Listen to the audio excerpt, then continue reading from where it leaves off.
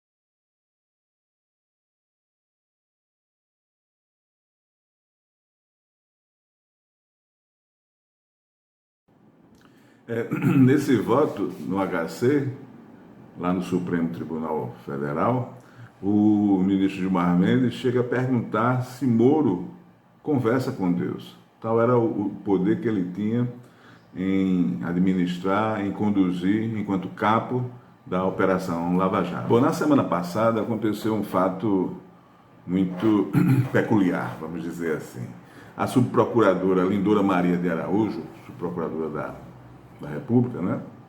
Da Procuradoria-Geral da República, foi até Curitiba para fazer uma visita de acompanhamento à Operação Lava Jato de lá, para compartilhar alguns dados, e os procuradores de Curitiba, sob o comando do capo Dallagnol, não compartilhou esses dados com a subprocuradora. Pior ainda, eles representaram contra o Ministério Público. Há fortíssimos indícios, né, desde a época de Rodrigo Janot, de distribuição de processos que são fraudados, né? E essa gritaria que o Dallagnol fez lembra aquele dito popular, né? O ladrão que em meio quando é acossado, grita, ei, pega ladrão, fazendo com que as pessoas se desvirtuem do foco e apontem para outro lugar, outra situação. Mas o mais interessante é que o Jornal Nacional da Rede Globo, grande parceira de Sérgio Moro, fez a cobertura dessa visita da subprocuradora a Curitiba e colocou-se justamente ao lado de Dallagnol, a primeira questão. A segunda questão, que a própria Procuradoria-Geral coloca, é porque, vou pegar a nota da própria Procuradoria, diz assim, os assuntos da reunião de trabalho, como é o normal na Lava Jato, são sigilosos. A Procuradoria-Geral da República estranha a reação dos procuradores e a divulgação dos temas internos e sigilosos para a imprensa. Então, o modus operandi da Lava Jato continuou, né, presente a partir agora desse vazamento para a Rede Globo, que na sexta-feira fez uma cobertura como se aquele vazamento fosse uma coisa normal, fosse uma coisa legal, e colocou em questão, questionando o posicionamento da Procuradoria-Geral e ficando ao lado de Dallagnol, consequentemente ao lado de Sérgio Moro.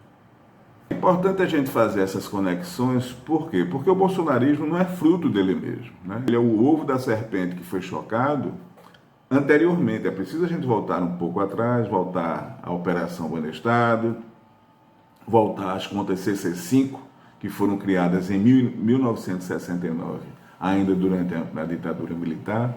Qual foi o comportamento do juiz que estava responsável pela Operação Banestado? Qual foi o comportamento do procurador da República na época do governo FHC, onde ocorreu o crime do Banestado?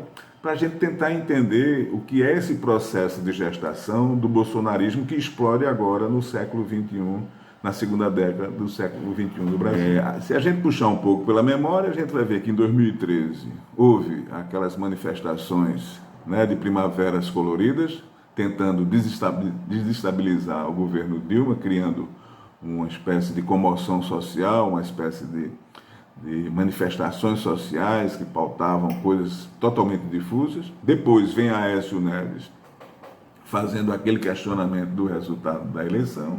E depois começa o golpe com o protagonismo jurídico, né, fazendo o seu protagonismo político, é a politização da justiça, cujo, digamos, o ápice, né, o super-homem dessa ação foi Sérgio Moro, que desagou no golpe de 2016.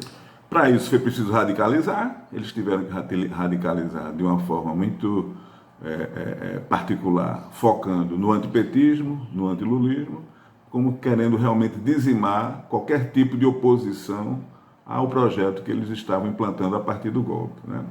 Na votação da semana passada, da privatização da água, a gente vê o que significa o enfraquecimento de uma oposição autêntica, de uma oposição militante. Quer dizer, foram 65 votos a favor da privatização, apenas 13 contra.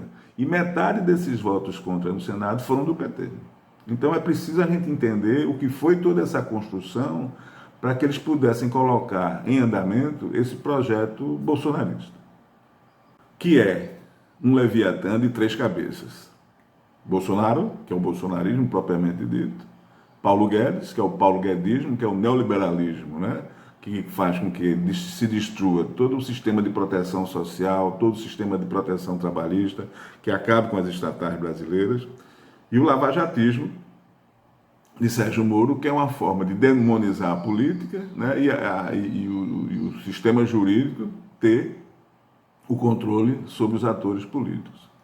No caso do lavajatismo, tem um dado importante que, na própria tese de Sérgio Moro, quando desenvolve, né, os fundamentos da ação lavajatista dele, ele requer necessariamente um casamento com a imprensa. Então, Moro e Globo formam uma unidade de ação e de pensamento que levam avante o lavajatismo. Portanto, mesmo com a queda de Bolsonaro, que se anuncia de uma forma ou de outra, com o enfraquecimento dele, o bolsonarismo não é apenas a figura de Bolsonaro. O bolsonarismo são ideias, são interesses, são intenções, projetos que estão congregados nessas 3 linhas de ação política. O bolsonarismo propriamente dito, que é a parte mais radical, mais violenta, né, dessa proposta política.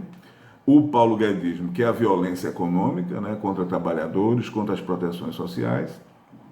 E a violência jurídica, que é, digamos, representada pelo lavajatismo, por Sérgio Moro, com os seus excludentes de licitude, com as suas 10 medidas contra a corrupção, que nada mais é do que uma expressão de uma violência jurídica contra as populações e os movimentos sociais. As eleições estão chegando, agora as eleições municipais, e é importante que a gente consiga fazer essas articulações, essas conexões, porque na hora do voto a gente não pode se deixar levar pela emoção ou pela propaganda. A gente precisa ter um nível de reflexão e de articulação política que devolva para nós, para a nação brasileira, né, aquela democracia que nos foi roubada. Então, é isso que também a gente gostaria de propor na conversa de hoje, né, que a gente possa fazer essas conexões, entender que o bolsonarismo não é resultado dele mesmo, mas ele é fruto de articulações, de movimentos nesse xadrez da política que foram pensados antes e que resultou nesse bolsonarismo, nessa desgraça que a gente está vivendo nos dias de hoje. Então, valeu mais uma vez, uma boa semana para todos, obrigado por essa conversa e até o próximo encontro. Tchau.